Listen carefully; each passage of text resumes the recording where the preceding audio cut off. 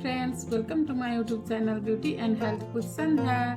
आज आम शिखा शीत दिन स्किन केयर रूटीन। आम दिन बेला कौन करवा और राति बेला कौन करवा, दिन में फेस केमती केयर करवा, स्किन को सुखापण कुचापण एवं विंटर बा शीतरु रक्षा करने नेक्स्ट आम राति कौन स्किन केयर करवा मु दुईटा जाक स्किन केयर आपको शिखेबी, day time and night time. Face wash करने मुझे श्लोकार गोटे क्लींजर। ये क्लींजर टी मोर नीतिदिनिया क्लींजर। मत क्लींजर टी बहुत भल लगे। ये क्लींजर द्वारा आमर फेस टैन फ्री हुए एवं व्यस्त थिला समय होम रेमेडी न करवा समय ये क्लींजर टी मु भल भाव में फेस वाश करे। मोर फेस को क्लीन कर हेल्प करे। ये क्लींजर टी भल भाव में आप फेस को क्लीन करेंगे, तापर भल भाव में पोछेबे। या पर कौन करेंगे, गोटे विटामिन ई कैप्सूल को मात्र गोटे विटामिन ई कैप्सूल नेबे। आपण फेस पे गोटे विटामिन ई कैप्सूल ठीक हो। तापर आपण नेबे एलोवेरा जेल। ये एलोवेरा जेल टी सब स्किन को सूट कर अलग आप एलोवेरा जेल भी नहीं पारे। या एकाथरे मिक्स करी फेस को सफा कर सारा पर भल भाव में मसाज देवे। कौन भी पैक कौन भी प्रोडक्ट आप फेस लगाउछन, कौन सीरम कौन ऑयल कौन होम रेमेडी ताको आप भल भाव में फेस अप्लाई करेंगे और मसाज देवे। स्पेशली आप ऑयल प्रोडक्ट ये विटामिन ये हूँ आम ऑयल प्रोडक्ट या भल भाव में मसाज देवे। जदि आप भल भाव में मसाज न देवे, ये बाहर धूली पॉल्यूशन को टाणिकी आनिकी स्किन रे चिपकेब कि आम व्यवहार करुवा कपड़े एगुड़ाक लगिज। तेणु आम भल भाव में स्किन रे पेनिट्रेट हवा को दबा। जदि आपण मान पाखे किसी एसेंशियल ऑयल थाए ताले एथरे आपण मान ठोपाई भी पके पारिबे।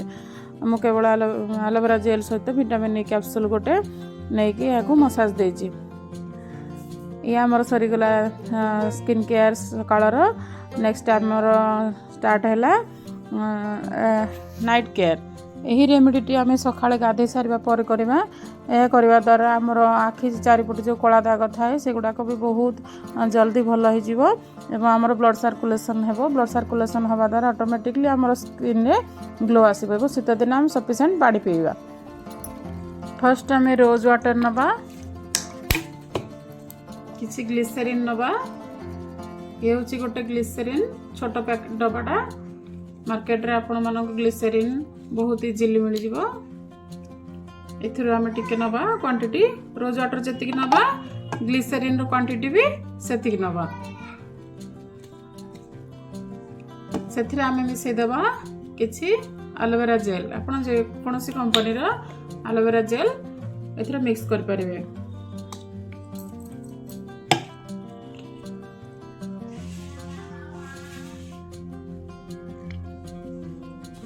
एलोवेरा जेल रो क्वांटिटी हाफ रहिबो। जति कि हमर रोज वाटर रो सेम क्वांटिटी आमे ग्लिसरीन नबा एवं तार हाफ क्वांटिटी आमे एलोवेरा जेल नबा।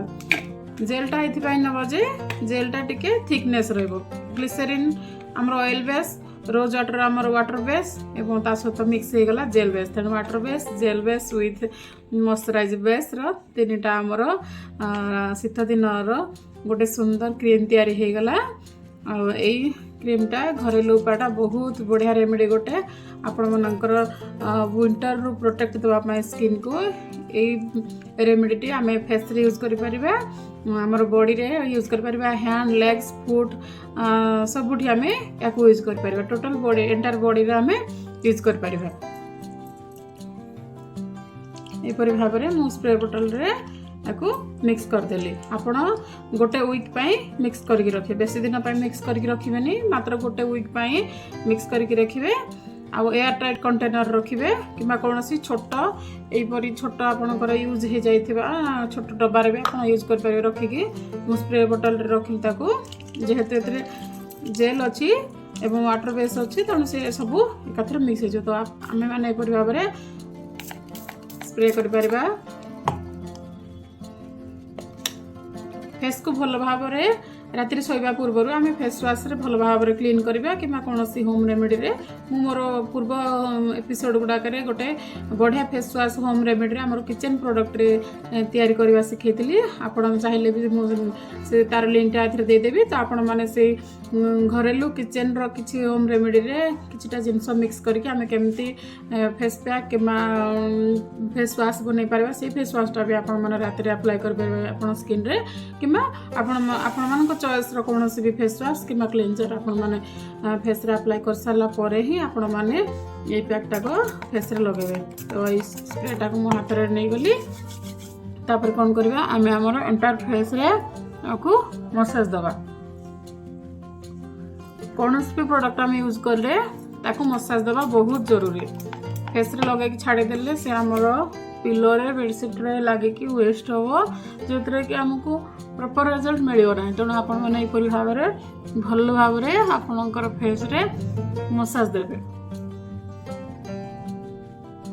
यहीपरि भाव में आप रेगुलर करंतु देखिए जिते भी शीत होना कहीं आपण स्किन बिल्कुल भी ड्राए हेबनी ड्राए है कि फटा फटा हेबनी सब बेले आपणकर फेस ग्लो रहउतो।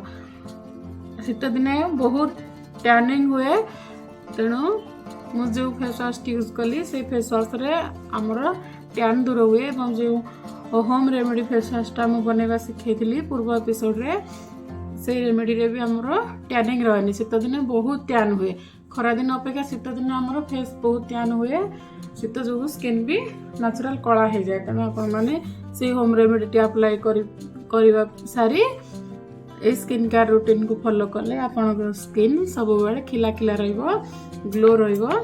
एपरि भाव में आमे ए स्प्रे को हमर टोटल एंटायर बॉडी रे भी आमे लगे परबा। हमर पाद रे हाथ रे प्रत्येक जगह रे को लगे परबा। एपरि भाव में आमे गाधोई सारला पर याको यूज करबा कि राति सोइबा पूर्व भल भाव में हाथ गोड़ धोई कि ताकू लगेवा द्वारा कौन हम हमर स्किन बहुत शाइन ग्लो रहिबो हेल्दी रहिबो। एपरि भाव में देखंतु मोर एंटायर बॉडी रे ए ऑयल को आपण बहुत अधिक क्वांटिटी नहीं कि ताकू एपरि भाव में मसाज देबे। कौनसी ना कौनसी दाग मशा कि कंटा टाइप व्रण व्रण से आसबार संभावना थाए। तेणु आम कि लगेगा पूर्व आमर स्किन को भल भाव में सफा करवा। स्किन रे आम कौन प्रकार साबुन लगे पारिबा एवं फेस रे आम साबुन लगेबानी फेस वाश कि क्लींजर कि आम कौन होम रेमेडी घरेलू रेमेडी तैयारी करके लगेगा। देखते यहपरि भाव आपण मानकर पादरे शोल्डर रे आमर बॉडी रो एंटायर पार्ट रे भी आम लगे पारिबा। या द्वारा कौन हम आम स्किन शीत दिने शीतरु ड्राए हेबारु प्रोटेक्ट रहिबो। तो वीडियोटी आपण मानक केमती लागला निश्चित लाइक शेयर सब्सक्राइब करेंगे। मोर पूर्व एपिसोड रे एवं पर एपिसोड गुड़ाक आपण मानक भी मु रिक्वेस्ट कर देखा मोर ट्रेनिंग रे जेकोसी छोट हो बड़ हो जहाँ भी मोर ट्रेनिंग रे शिखी हेल्थ पाई ब्यूटी पाई स्किन केयर पाई मु सब आपण मानक पाई छोट छोट करके नहीं आसबि। तो आग को मोर वीडियो को लाइक शेयर सब्सक्राइब करंतु। Thanks for watching. जय हिंद जय भारत माता।